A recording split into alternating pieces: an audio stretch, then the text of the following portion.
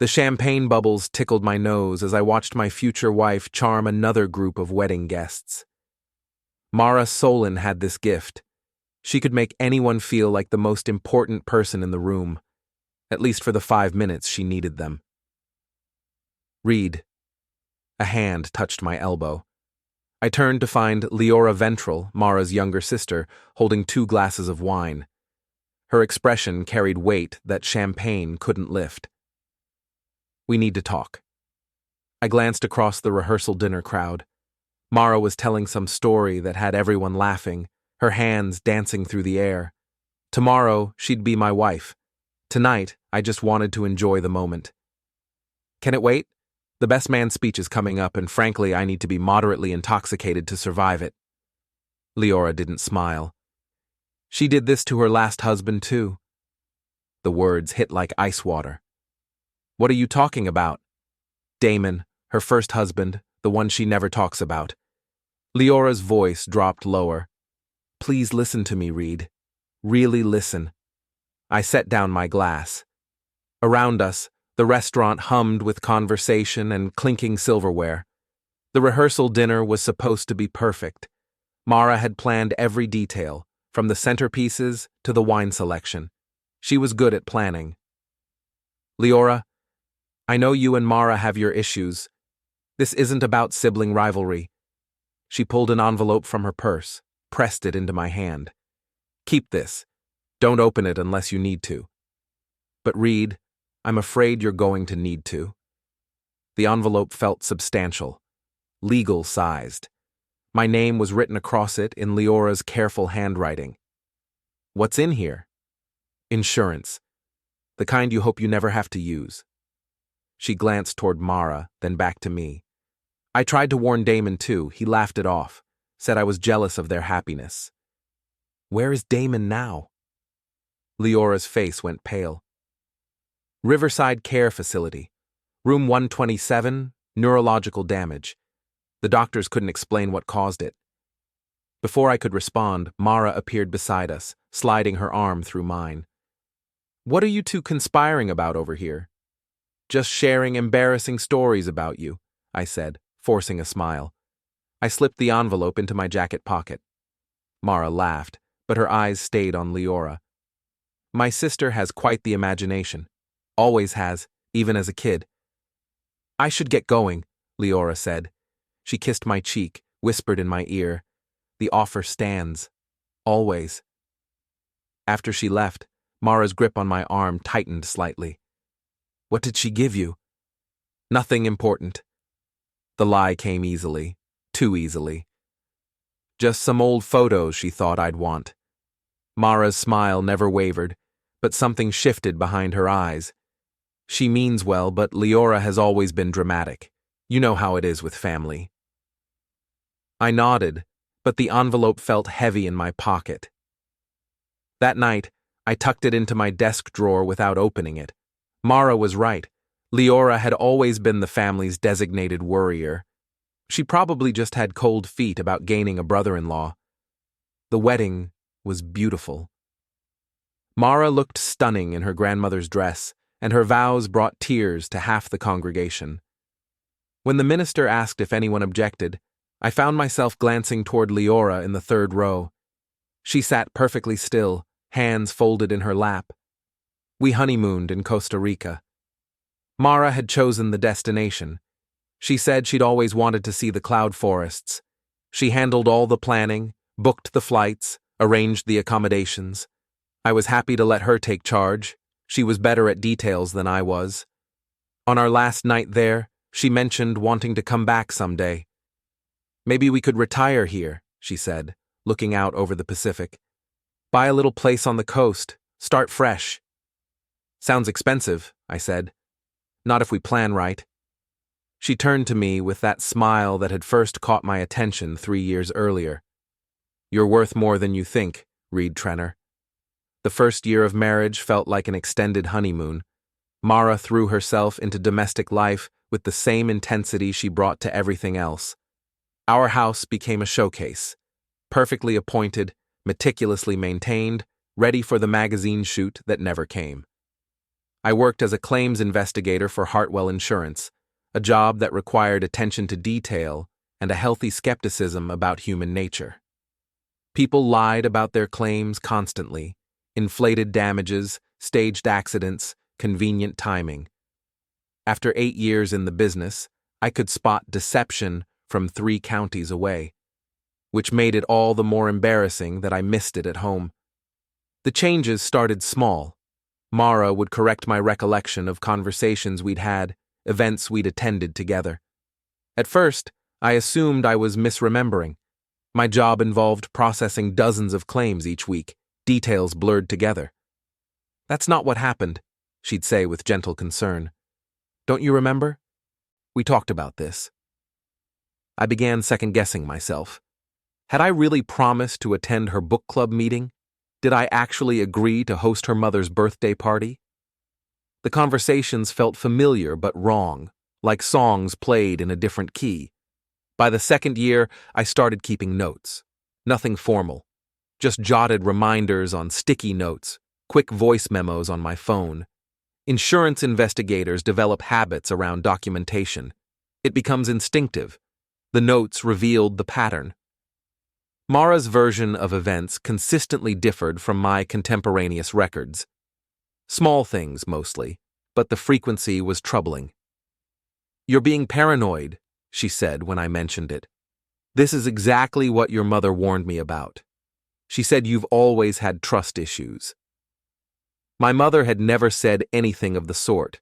In fact, she'd pulled me aside at the wedding to tell me how happy she was that I'd found someone who appreciated me. But when I called to confirm, Mom seemed confused. "I might have mentioned that you can be cautious," she said. "But Reid, that's not a bad thing, especially in your line of work." The conversation left me feeling unsteady. Either my mother was developing memory problems, or Mara was reshaping reality in real time. Neither possibility was comforting. The allergy attack started in year 3. I'd been allergic to tree nuts since childhood, a severe reaction that required immediate treatment. My parents had drilled the precautions into me early. Read every label, ask about ingredients, carry EpiPens everywhere. It had become second nature. The first incident happened at Romano's, our favorite Italian restaurant. I'd eaten there dozens of times without problems. The chicken marsala was my usual order, a dish I knew was safe. But halfway through the meal, my throat began to close. Mara reacted perfectly. She called 911, administered my EpiPen, stayed calm while I struggled to breathe. At the hospital, she held my hand and asked intelligent questions about my treatment. The emergency room staff praised her quick thinking. "Probably cross-contamination in the kitchen," Dr. Peterson explained. "It happens more often than you'd think. You're lucky your wife knew what to do." The second attack occurred 3 weeks later at a different restaurant. Then a third, at a company picnic where Mara had prepared my plate herself. Each time she responded with perfect competence and appropriate concern. "Maybe we should see an allergist," she suggested after the 4th incident. "Your reactions seem to be getting more severe." Dr. Martinez ran extensive tests and adjusted my medication. "Sometimes adult allergies can intensify," she explained. "We're seeing more cases of late-onset sensitivity increases. I'm prescribing a stronger EpiPen and adding a daily antihistamine." The prescription changes meant new insurance claims, updated medical records, documented evidence of my deteriorating condition. Mara handled the paperwork with characteristic efficiency. "I've been thinking," she said one evening as we reviewed the medical bills. "Maybe we should increase your life insurance. With these health issues, it might be smart to lock in coverage while you're still eligible." The suggestion made financial sense. My current policy through work was minimal, and Mara had given up her job to manage our household full-time. If something happened to me, she'd need support. We met with an insurance agent the following week. Mara had researched options and came prepared with specific recommendations. The policy she'd selected offered comprehensive coverage, with an accidental termination rider that doubled the payout for unexpected incidents. "Very thorough," the agent commented as we reviewed the application. Most people don't think about the additional riders. My wife's the planner in the family, I said. I just sign where she tells me. Mara smiled and squeezed my hand. Someone has to think about our future. The premium was substantial, nearly $400 monthly, but the coverage was comprehensive. $2.4 million in benefits, with Mara as the sole beneficiary. The payments would auto-deduct from my checking account to ensure continuous coverage. That night, I found myself staring at the policy documents. The language was standard, but something nagged at me. I'd reviewed thousands of insurance contracts in my professional capacity. This one felt different somehow. I called my supervisor the next morning. Tom, can you look at something for me? Personal matter, but I'd value your opinion. Tom Bradley had been investigating insurance fraud for 15 years. He could spot irregularities that escaped most attorneys. When I showed him the policy, he whistled softly. This is a Cadillac plan, Reid. Premium coverage, excellent company, very comprehensive benefits. He paused, scanning the fine print. Interesting timing, though. Most people wait until they have kids before going this heavy on life insurance. Mara wants to start a family soon, I said. She's thinking ahead. Smart woman. Tom handed back the documents. Just curious, whose idea was the accidental rider? Hers. She said it was good value for the additional premium. Tom nodded slowly. Probably right. Though in my experience, most spouses don't think about accidental coverage unless there's a specific risk factor. You doing anything dangerous? Rock climbing, motorcycle racing, extreme sports? I bike to work sometimes. Pretty tame stuff. Huh. Tom's expression was carefully neutral. Well, she's probably just being thorough. Can't fault someone for planning ahead. But his tone suggested otherwise. That afternoon, I pulled the envelope Liora had given me from my desk drawer. I'd forgotten about it completely, but Tom's reaction had stirred old concerns. The envelope contained photocopies of documents I didn't recognize, insurance policies, medical records, legal filings. All bore the name Damon Vossel, Mara's first husband. According to the papers, Damon had experienced a series of medical emergencies during the final year of his marriage to Mara, repeated hospitalizations for neurological symptoms that doctors couldn't explain. His life insurance policy, purchased 6 months into the marriage, had paid out $1.8 million in benefits after he was declared permanently disabled. The beneficiary was listed as Mara Vossel. The payout had been processed 2 weeks before their divorce was finalized. At the bottom of the stack, Liora had included a handwritten note. Riverside Care Facility, Room 127. Visiting hours 2 to 6 p.m. daily. Ask for Damon. He can't speak anymore, but he understands everything. Riverside Care Facility squatted like a brick toad on the outskirts of town, surrounded by parking lots and struggling landscaping. The lobby smelled of disinfectant and institutional cooking, with undertones of something sadder, resignation, maybe, or abandoned hope. I signed the visitor registry as a family friend. The receptionist, a tired-looking woman with kind eyes, directed me to the elevator. Room 127 is on the second floor. Damon doesn't get many visitors these days. The hallway was lined with wheelchairs and wandering residents. Some called out greetings to no one in particular.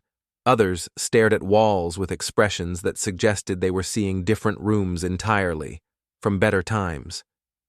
Room 127 was at the end of the corridor. Through the doorway, I could see a man sitting by the window looking out at the parking lot. He appeared to be in his early 40s, with prematurely gray hair and the soft physique of someone who'd once been athletic, but could no longer exercise. Damon? I knocked on the doorframe. My name is Reid Trenner. I'm married to Mara now, your ex-wife. He turned toward me, and I saw intelligence in his eyes, sharp, aware, trapped. He blinked twice, deliberately. Can you understand me? I asked. 2 blinks. Yes. I pulled a chair closer to his wheelchair. Liora suggested I come see you. She's worried about me. Damon's expression shifted. He tried to speak, but only managed a soft sound that might have been frustration. His right hand moved slightly, fingers twitching. Do you want to tell me something about Mara? 2 blinks, more emphatic this time. I looked around the room.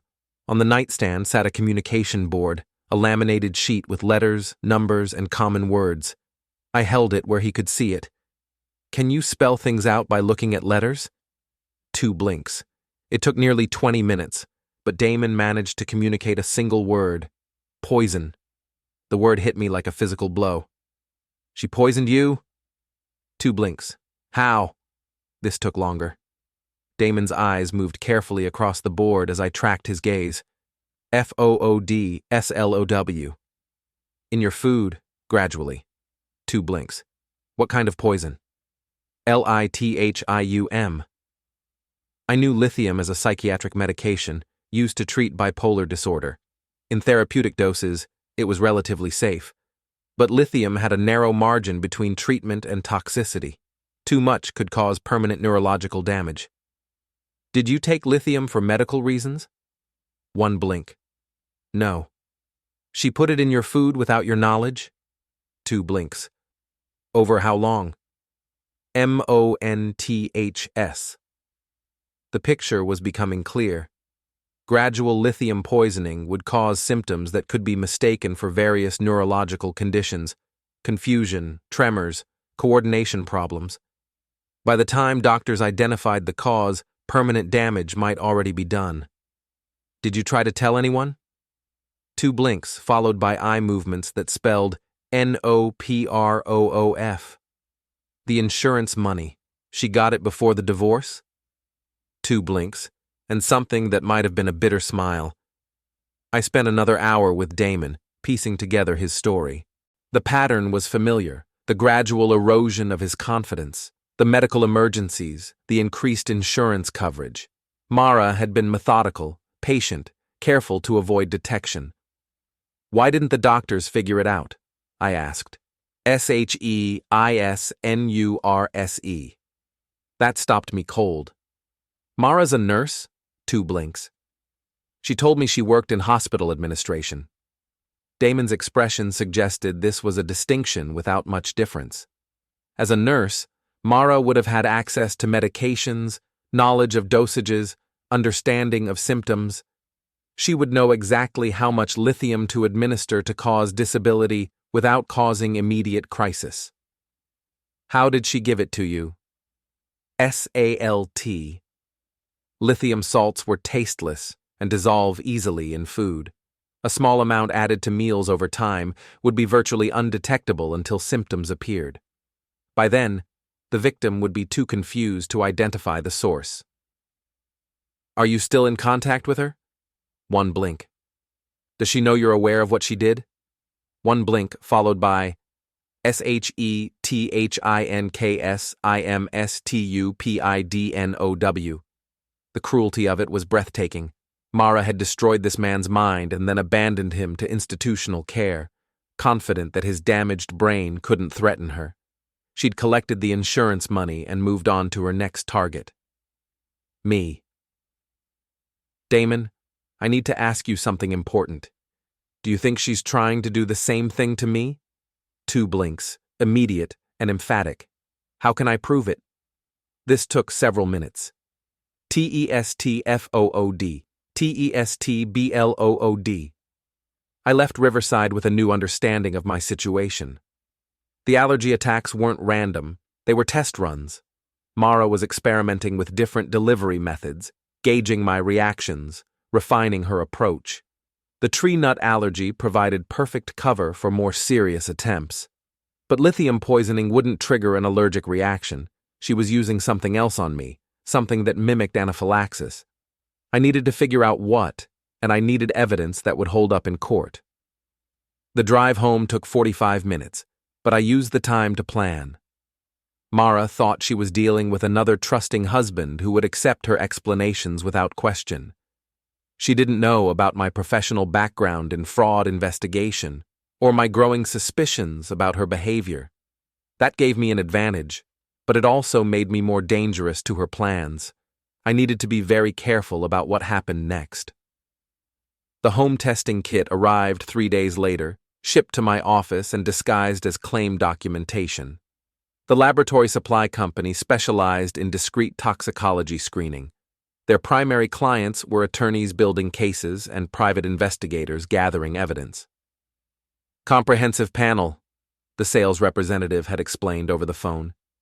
Tests for over 200 substances, including heavy metals, pharmaceuticals, and organic compounds. Results in 72 hours, legally admissible, chain of custody documentation included. I kept the kit in my desk drawer and waited for the right opportunity. It came the following weekend. Mara prepared one of her elaborate brunches, fresh fruit, homemade pastries, artisanal coffee. She took pride in these presentations, arranging everything with magazine-worthy precision. "Try the almond croissants," she said, setting a plate in front of me. I used a new recipe. The word almond triggered immediate caution. I'd been avoiding tree nuts completely since the restaurant incidents, and Mara knew this. She wouldn't accidentally include almonds in anything she served me, unless it wasn't an accident. "They look amazing," I said, "but you know I can't eat anything with almonds." "Oh, these don't have almonds. The recipe is called almond croissants because of the shape, not the ingredients." Her explanation sounded reasonable, delivered with perfect sincerity.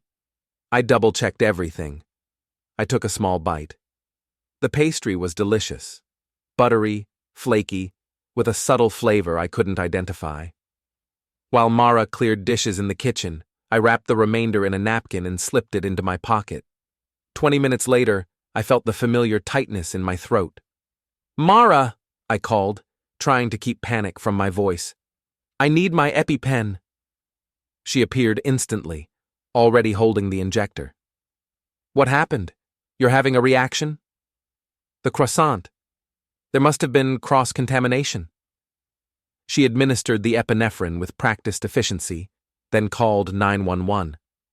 While we waited for the ambulance, she held my hand and murmured reassurances. To any observer, she would have appeared to be the perfect wife, attentive, competent, appropriately concerned. But I noticed something odd. When she'd appeared with the EpiPen, she hadn't asked what was wrong first. She'd simply grabbed the injector and rushed to help, as if she'd been expecting this exact emergency. At the hospital, Dr. Peterson ran the usual tests and monitored my recovery. "This is becoming a concerning pattern, Reid. Have you considered seeing an allergist who specializes in adult onset severity increases?"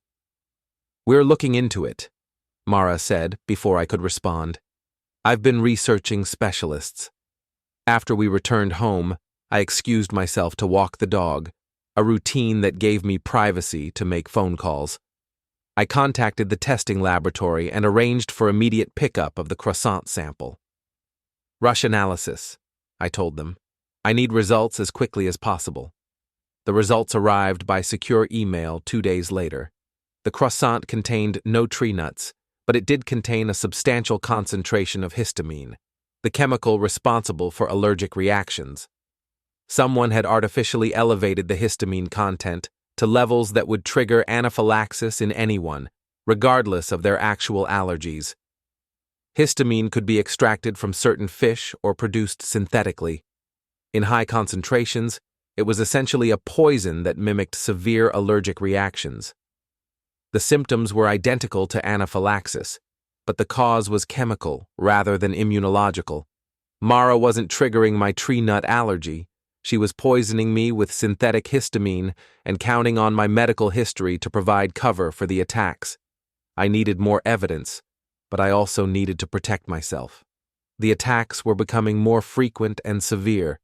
If Mara decided to escalate, the next dose might be lethal. I started preparing my own meals and eating lunch at restaurants she couldn't access. When she cooked dinner, I found excuses to avoid eating, work emergencies, stomach upset, lack of appetite.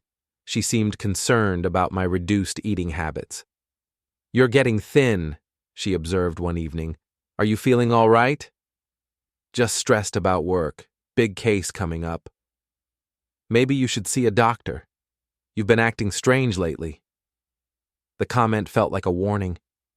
In Damon's case, Mara had probably laid groundwork for claims about his mental instability before the poisoning became severe. If I appeared to be developing psychological problems, it would explain away any accusations I might make later. I needed allies, and I needed them quickly.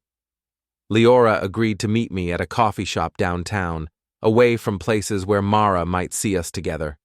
She arrived carrying a thick folder and looking like someone who hadn't slept well in weeks. I was hoping you'd never need to call, she said, as we found a corner table. Tell me about Damon's case, everything you know. She opened the folder, revealing dozens of documents, medical records, insurance forms, legal filings, newspaper clippings. I started collecting these during their marriage. Mara always said I was paranoid, but I could see what was happening.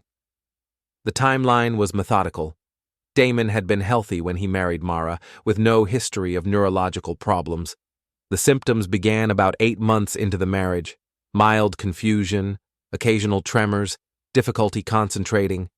Doctors initially attributed them to work stress. Mara was so supportive, Liora said bitterly. She went to every appointment, asked all the right questions, kept detailed records of his symptoms. The doctors thought she was a devoted wife. The symptoms escalated over several months. Damon began having seizures, memory problems, severe coordination issues. Multiple specialists ran extensive tests, but couldn't identify the underlying cause. The lithium didn't show up until very late, Liora explained. By then, Damon was too confused to remember what he'd been eating or drinking. Mara controlled all his medications, prepared all his meals, managed his medical care. How did you figure out it was intentional? I didn't at first. I just knew something was wrong. Mara was too calm, too prepared for each crisis. She always seemed to know what was going to happen next. Liora had started documenting everything, taking photos of Damon during family visits, keeping copies of medical records, recording conversations with doctors. When the lithium was finally identified, she'd connected it to Mara's nursing background and access to pharmaceuticals. I tried to get the police involved, but there wasn't enough evidence. Mara had covered her tracks too well. The lithium could have been accidental contamination, or Damon could have been taking it without telling anyone. There was no way to prove intentional poisoning. What about the insurance money? That's what convinced me she'd planned everything. The policy was purchased right after their marriage, with very specific terms. The payout covered permanent disability, not just terminal illness. It was like she knew exactly what was going to happen. I showed Liora the laboratory results from my croissant test. Her face went pale as she read the histamine levels. She's doing it again, she whispered. But she's gotten smarter. Histamine poisoning would be even harder to prove than lithium. What do I do? Get out, now. Pack a bag and leave tonight. Don't tell her where you're going. Don't leave a note. Just disappear. I can't just run away. She'll get away with what she did to Damon, and she'll find another victim. Liora looked at me with something that might have been admiration or pity. Reid, she's already tried to eliminate you multiple times. If you stay, she's going to succeed eventually. Then I need to make sure she doesn't get the chance. The plan required patience, precision, and a willingness to take calculated risks. I couldn't simply accuse Mara of attempted poisoning. Without concrete evidence, it would be my word against hers, and she had 3 years of documented medical history supporting her version of events. I needed to catch her in the act. The first step was setting a reference point. I scheduled weekly dirt work through my physician, presented as a way to keep an eye on my allergy medication levels. Dr. Martinez agreed that regular checks were reasonable given the recent increase in my symptoms. We want to be sure the antihistamines aren't accumulating in your system, she said. Some people run into tolerance issues with long-term use. The underlying goal was to establish a clear record of my normal dirt chemistry. If Mara ever caused unwanted substances to enter my system, The tests would show when unfamiliar compounds first appeared. The second step was surveillance. I installed hidden cameras in our kitchen, dining room, and bedroom, areas where Mara prepared or served food and beverages. The cameras were small, wireless, and motion-activated. They uploaded footage directly to a cloud server that Mara couldn't access. I also began carrying a digital audio recorder, disguised as a fitness tracker. Any conversations about my health, our insurance policies, or my medical treatment would be documented. The third step was the most dangerous. I had to continue eating Mara's cooking while protecting myself from serious harm. I started taking activated charcoal supplements before meals, a substance that could absorb many toxins before they entered my circulatory system. I also kept detailed food diaries, photographed everything I ate, and saved samples of suspicious dishes for later testing. The strategy required me to appear vulnerable while actually being prepared for her attacks. The opportunity came during Mara's book club meeting. She'd been planning an elaborate dinner party for her literary friends, complete with themed appetizers based on their current selection. The book was The Talented Mr. Ripley, a choice that seemed grimly appropriate. "I want everything to be perfect," she said, reviewing her menu plans. "These women notice every detail." She spent the entire day cooking, preparing dishes that looked like they belonged in a high-end restaurant. I offered to help, but she insisted on handling everything herself. "You'll just get in the way," she said with a smile. "Besides, I know exactly how you like things prepared." The comment felt loaded with double meaning.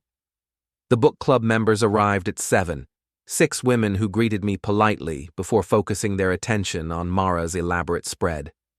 I recognized most of them from previous gatherings: Amanda from the hospital, Taylor who worked in HR, Jennifer from Mara's yoga class. I mingled for an appropriate amount of time, then excused myself to my home office. "Book club isn't really my scene," I told the group. "I'll let you discuss literature in peace." From upstairs, I could monitor the hidden cameras through my laptop. The women spent 2 hours eating, drinking wine, and discussing the novel's themes of deception and identity. The irony was almost too perfect. After they left, Mara brought me a plate of leftovers. "I saved you some of the good stuff," she said. The salmon was particularly popular. The salmon looked delicious, perfectly cooked, with what appeared to be a herb crust and lemon sauce. But something about Mara's expression made me cautious. "Thanks, but I grabbed a sandwich earlier. I'm not really hungry." Her smile flickered slightly. "You should eat something. You've been losing weight." "Maybe later. I want to finish reviewing these claim files first." She set the plate on my desk anyway. "I'll leave it here in case you change your mind." After she went to bed, I photographed the salmon from multiple angles, then packaged samples for laboratory analysis. The hidden camera footage showed Mara preparing my plate separately from the others, adding something from a small container that she'd kept in her purse. The test results confirmed my suspicions.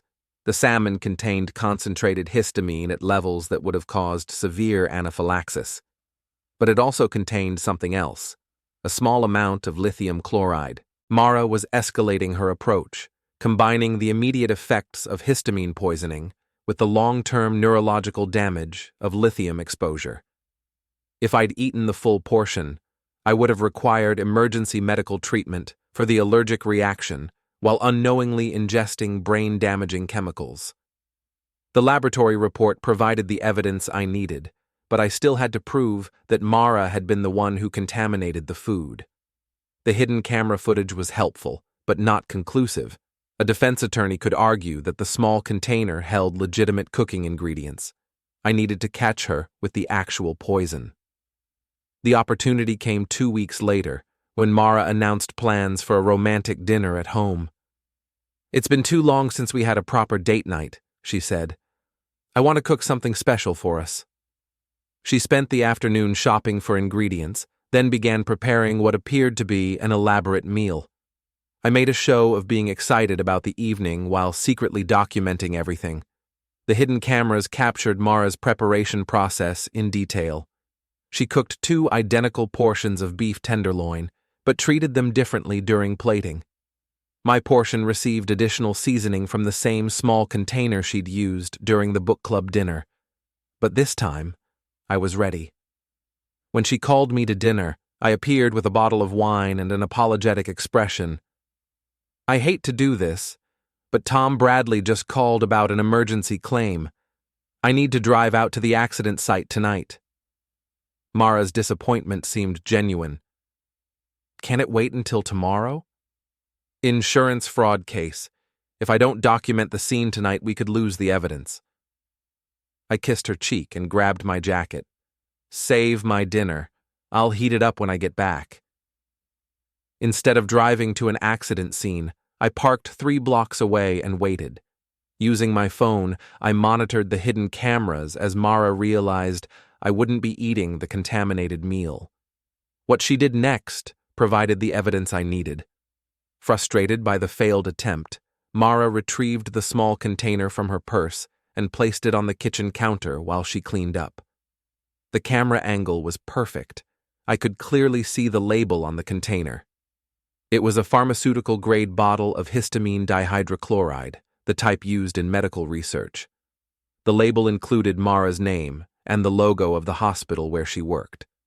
She'd been stealing medical supplies to poison me. I had video evidence of her contaminating my food, laboratory proof of the toxins she'd used, and now documentation of her access to the poisoning agents. Combined with Liora's evidence about Damon's case, it was enough to build a criminal prosecution. But I wasn't ready to involve the police yet. I wanted Mara to understand that her carefully planned scheme had been discovered. I wanted her to experience the same helplessness that Damon had felt, the same fear that I'd been living with for months. I wanted her to know that the game was over, and she had lost. I waited until Sunday morning, when Mara was at her most relaxed and confident. She'd prepared another elaborate breakfast, humming while she arranged fresh flowers in a vase. The domestic scene was picture perfect, like something from a lifestyle magazine. "Coffee's ready?" she called from the kitchen. "I made those blueberry scones you like." "Actually, I brought breakfast." I entered carrying a bag from the downtown bakery and a folder of documents. "We need to talk." Something in my tone made her pause. "What's wrong?" I set the folder on the kitchen table and opened it to reveal the laboratory reports, printed screenshots from the hidden cameras, and copies of Damon's medical records. "I know what you've been doing, Mara." Her expression didn't change immediately. She looked at the documents with what appeared to be genuine confusion. "I don't understand. What is all this?" "Histamine dihydrochloride, lithium chloride, the pharmaceutical supplies you've been stealing from the hospital." I pointed to the clearest camera image, showing her adding powder to my food. 3 years of attempted poisoning, documented and tested.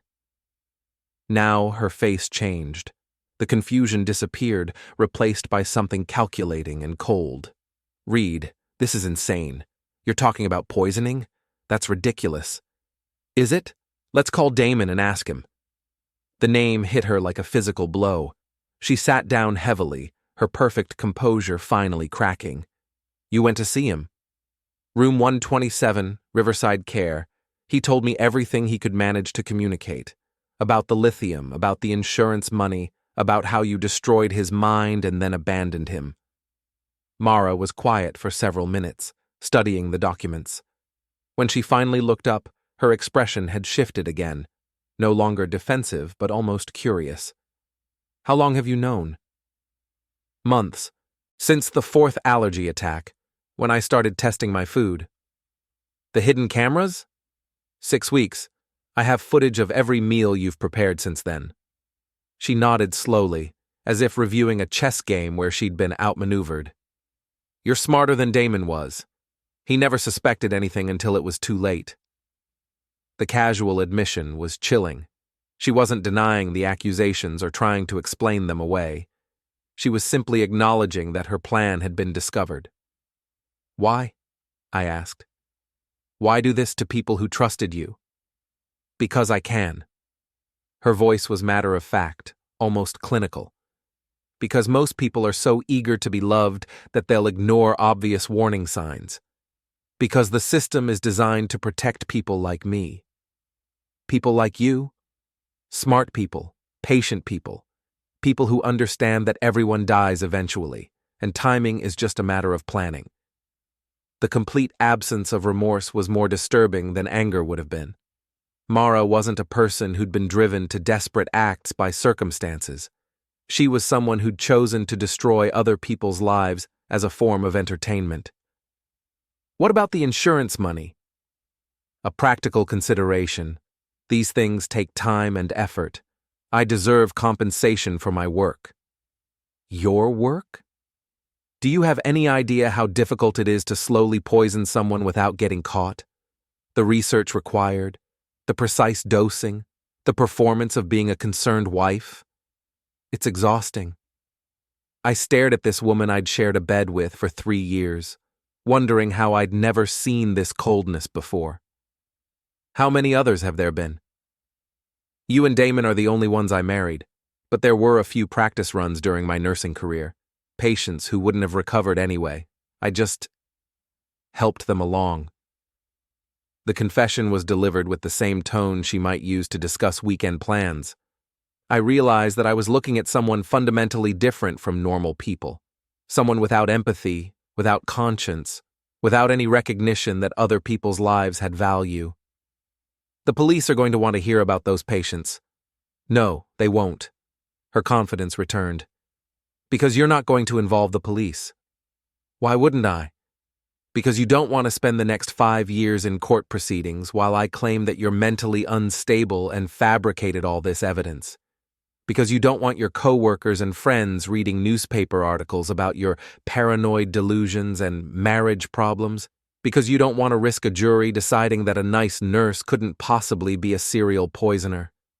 She was right, and we both knew it. Criminal cases involving spousal poisoning were notoriously difficult to prosecute, especially when the defendant was an attractive woman with medical credentials and a history of appearing devoted to her victims. Besides, she continued, what exactly would you charge me with? Attempted assault? The histamine doses were never quite lethal. Theft of medical supplies? That's a misdemeanor. You're alive, Reid. No permanent damage has been done. What about Damon? Damon's case is past the statute of limitations for most charges, and he can't testify effectively about his own experiences. Brain damage makes for unreliable witnesses. Her legal analysis was probably accurate. Mara had been careful to structure her crimes in ways that made prosecution difficult, even if they were discovered. But I hadn't been planning to rely on the criminal justice system. You're right, I said. The police probably wouldn't be able to build a strong enough case. She relaxed slightly, interpreting my agreement as surrender. However, I continued, I don't need a criminal conviction to destroy your life. Her eyes narrowed. What do you mean? I pulled out my phone and showed her the email I'd prepared but not yet sent. The recipient list included her supervisor at the hospital, the state nursing board, her book club friends, our neighbors, her mother, and about 50 other people in her social and professional circles. The email contained the laboratory reports, camera footage, and a detailed timeline of her poisoning attempts. The subject line read, Mara Trenner, serial poisoner and insurance fraudster. One button, I said. Your career is over, your professional license gets revoked, your social reputation is destroyed, and everyone you know learns exactly what kind of person you really are. For the first time since I'd known her, Mara looked genuinely frightened. You can't do that. It's defamation. Truth is an absolute defense against defamation claims. Everything in this email is documented and provable. My mother, she's elderly, she has heart problems. This kind of shock could harm her. You should have thought about that before you decided to become a serial poisoner. Mara stood up abruptly, pacing to the window. What do you want? Money? I'll sign over my share of the house, my car, whatever you think is fair. I want you gone. Today. Pack whatever you can carry and leave town. Where am I supposed to go?